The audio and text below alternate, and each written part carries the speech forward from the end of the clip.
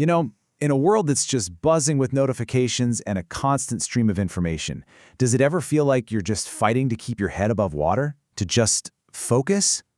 We're all looking for that edge, right? A way to sharpen our minds and get our attention back. So, okay, let's get into it. From the simple habits you can start today all the way to the absolute cutting edge of unlocking your brain. Does this feel familiar? You know that feeling? The brain fog just rolls in, your motivation completely vanishes, and your mind just feels empty. It's not even about being more productive at that point. It's about trying to feel present and actually engaged with your own life. And look, this isn't just some fleeting thought. This quote from an online biohacking forum, it just hits so hard. It really gets to that deep frustration, maybe even a little bit of fear, that comes with feeling like your own mind is letting you down. It's a real struggle, and so many people are feeling it right now. Okay, so where do we even begin to fight back against all that? Well, we start at the beginning, with the fundamentals. These are some seriously powerful, but totally accessible techniques that can build a rock-solid foundation for better focus. And the best part? You can literally start using them today. First up is a classic you've probably heard of, the Pomodoro technique.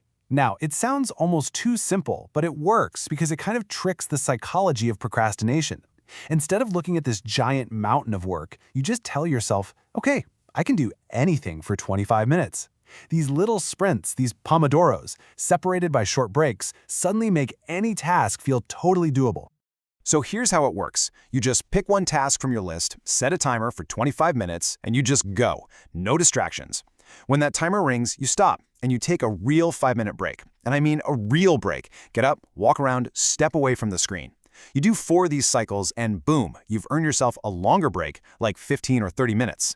It's this rhythm that keeps you from burning out and keeps your mind fresh. All right, let's talk about another foundational habit, and this one is all about making information actually stick in your brain. It's called active recall, and the most important word there is active. This means instead of just passively rereading your notes or a textbook chapter, you actively force your brain to pull that information out from memory. It's the difference between recognizing a face in a crowd and actually remembering their name. And hey, this isn't some new biohacking trend. The brilliant psychologist William James was writing about this over 100 years ago. He pointed out that the effort of trying to remember is the very thing that cements the memory in your brain. Think about it like lifting weights, right? The struggle, the strain, that's what actually builds the muscle. Same thing for your memory. So once you've got those basics down, you can start to level up. You can begin building more complex, more powerful systems in your mind. This is where we get into the kind of stuff that memory champions use to do those, absolutely incredible feats of recall. It's all about creating structures in your mind to hang information on. You've probably heard of this one, the memory palace, or maybe the mind palace if you're a Sherlock fan. The idea is just amazing. You take a place like the back of your hand, your childhood home, your daily walk to work, and you use it as a mental filing cabinet. You place memorable images of the things you want to remember in different locations, and then you just take a mental stroll through the space to retrieve them. Now that might sound a little abstract, so let's walk through a super structured example you can try right now. It's called the alphabet peg system. First, you create your pegs. These are just concrete images for something you already know perfectly, the alphabet. So A is for alligator, B is for bear, C is for cow. You get the idea. This list is your anchor. It never, ever changes. Okay, got your pegs? Now, here's the new information we want to learn. Let's say, for example, the first 4 elements of the periodic table. Now, on its own, this is abstract, it's boring, and it's really hard to remember. But we're not just going to stare at this list hoping it sinks in. We're going to link it to our pegs. And this is where the magic happens. You take your first peg, the alligator for A, and you link it to your first item, hydrogen. How? You create a crazy, vivid mental image. Picture a giant alligator swimming around in water. H2O gives you the hint for hydrogen. For the next one, helium, you could picture a big brown bear floating away, holding a bunch of helium balloons. See? You're turning boring data into an unforgettable story.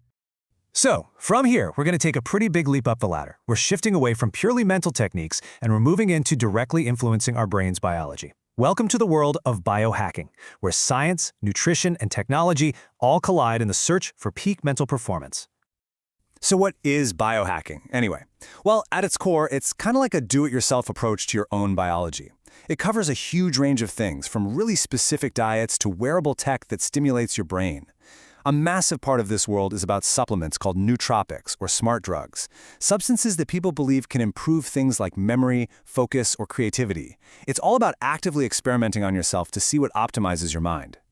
Now, this chart gives you a snapshot of some of the most popular supplements people are talking about in these online communities. And just a quick disclaimer, this is all based on what users are reporting. It is definitely not medical advice. You see things like lion's mane for focus, or L-theanine, which gives you that calm focus, especially when you pair it with coffee. But what's really important here are the considerations. What works wonders for one person might actually cause side effects for someone else. Your own biology is everything. And this brings us to a huge point of debate in these communities.